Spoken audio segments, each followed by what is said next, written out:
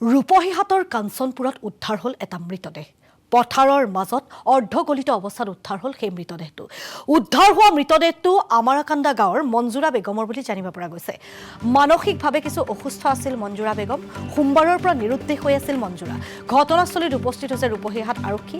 কি পৰিস্থিতিত মহিলাগৰাকীৰ মৃত্যু ঘটিল, সেয়া দুৰ্ঘটনা, স্বাভাৱিক মৃত্যু নে কাৰোবাৰ জিঘাংসাৰ বলি হ'ল মহিলাগৰাকী, সেয়া এতিয়াও স্পষ্ট নহয়। পানীত উপঙি থকাৰ অৱস্থাত উদ্ধাৰ হৈছে মহিলাগৰাকীৰ মৃতদেহ। আমি সম্পাদিত ৰূপত সেই দৃশ্যাংশ দেখুওৱাৰ চেষ্টা কৰিছোঁ।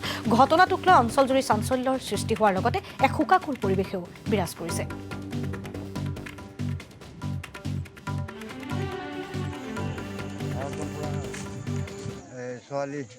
আপোনাৰ ছোৱালী নাম কি আছিলে? মঞ্জুৰা বেগম। কেইদিন হ'ল হেৰাইছে? সোমবাৰেৰ দিন ৰাত হাৰাইছে। এজাহাৰ দিছিলে তাই? দিছে কোনটো থানা? এই গড়াজানে।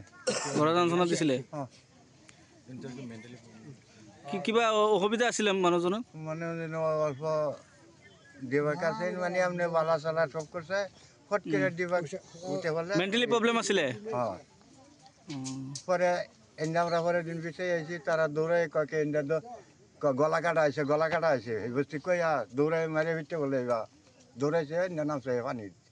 তখন আমরা পানির 4-5 জন নামিয়া একের এই ফিসারি কাছে আর দুই দেউলাইন দিছি হাফাদা মানে কাছে এই ফিসারি নামছি না এই ক্ষেত্রে সব বিচাইছি। ছোৱালী আপোনাৰ ছোৱালী নাম কি আছিলে? মঞ্জুৰা বেগম।